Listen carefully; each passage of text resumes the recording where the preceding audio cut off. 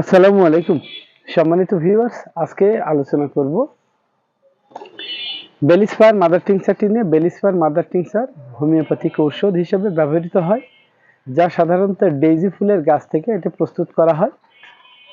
এই গাছটি বিশেষত তার ফুলের জন্য পরিচিত এবং হোমিওপ্যাথিক চিকিৎসায় এর ব্যবহার বেশ পুরানো। বেলিসপিরেনিস মাদার টিংচারটি শরীরের নির্দিষ্ট শারীরিক সমস্যা বা ক্ষতগুলোর চিকিৎসায় এটা অত্যন্ত ব্যাপকভাবে ব্যবহৃত হয়। তো চলুন আলোচনা করি বেলিসপেরিনিস মাদার টিংচারের উৎস এবং এর কার্যকারিতা নিয়ে। প্রথমেই উৎস নিয়ে আলোচনা করব। উৎস বেলিসপেরিনিস হচ্ছে একটি সাধারণ ফুল যা ডেইজি হিসেবে পরিচিত। এটি মূলত ইউরোপ ও এশিয়ার কিছু অঞ্চলে হয়ে থাকে। এই ফুলটি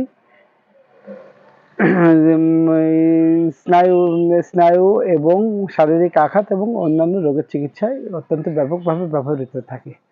কাজ: বেলিসপেরিনিস মূলত আঘাতজনিত ক্ষত, মাংসপেশির টান এবং শরীরের অন্য ক্ষত সারাতে অত্যন্ত সহায়তা করে থাকে। এটি শরীরের দুর্বলতা, বিভিন্ন ধরনের আঘাত এবং শরীরের ফোলা ও ইনফেকশনের ক্ষেত্রে ব্যাপকভাবে ব্যবহৃত হয়ে থাকে। 2 নম্বর আছে রক্তের সঞ্চালন এবং স্নায়ু প্রণালী শক্তিশালী করতে এটি সাহায্য করে। বিশেষ করে এটি শরীরের গহ্বরে বা গভীর আঘাতের পর এটা কার্যকারী হয়ে থাকে।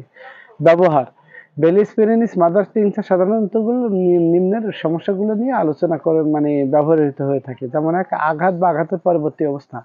কোনো দুর্ঘটনা বা আঘাতের পর এটি ব্যবহৃত হয়। শরীরের রোগ প্রতিরোধ ক্ষমতা বাড়ানোর জন্য এটা অত্যন্ত কার্যকরী। তারপরে ফোলা বা ইনফেকশন, যখন শরীরের কোনো অংশ ফুলে যায় বা পুজ জমে যায়, এটি ব্যবহার করা যেতে পারে।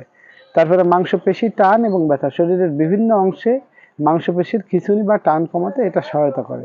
অপারেশন বা শল্য চিকিৎসা পরবর্তী সমস্যা, কোনো অপারেশন বা শরীরের পুনর্বাসন প্রক্রিয়ায় এটা সহায়ক হতে পারে। এর তেমন কোনো পার্শ্ব প্রতিক্রিয়া এখনো পর্যন্ত পাওয়া যায়নি, তবে অতিরিক্ত মাত্রায় ব্যবহার করলে হালকা অস্থিরতা, অ্যালার্জি এবং পেটের সমস্যা, এছাড়া ঘুমের সমস্যা দেখা দিতে পারে। আর এটা গর্ভবতী মায়েরা এবং শিশুদের দেওয়ার ক্ষেত্রে অত্যন্ত সতর্কতা অবলম্বন করা উচিত। অবশ্যই একজন অভিজ্ঞ চিকিৎসকের পরামর্শ নিয়ে এটা ব্যবহার করা উচিত। বেলিসপেরিনিস মাদার টিংচারটি সাধারণত একটি নিরাপদ ও কার্যকর হোমিওপ্যাথিক ওষুধ, তবে এটা কোনো চিকিৎসকের পরামর্শ ছাড়া ব্যবহার করা উচিত নয়। আপনারা এই সংক্রান্ত যে কোনো পরামর্শ আমাদের কাছ থেকে ডেসক্রিপশনে দেওয়া নাম্বারে যোগাযোগ করলে ফ্রি পেয়ে যাবেন। তো এই ছিল আজকের আলোচনা। ভালো থাকবেন সবাই। আসসালামু আলাইকুম।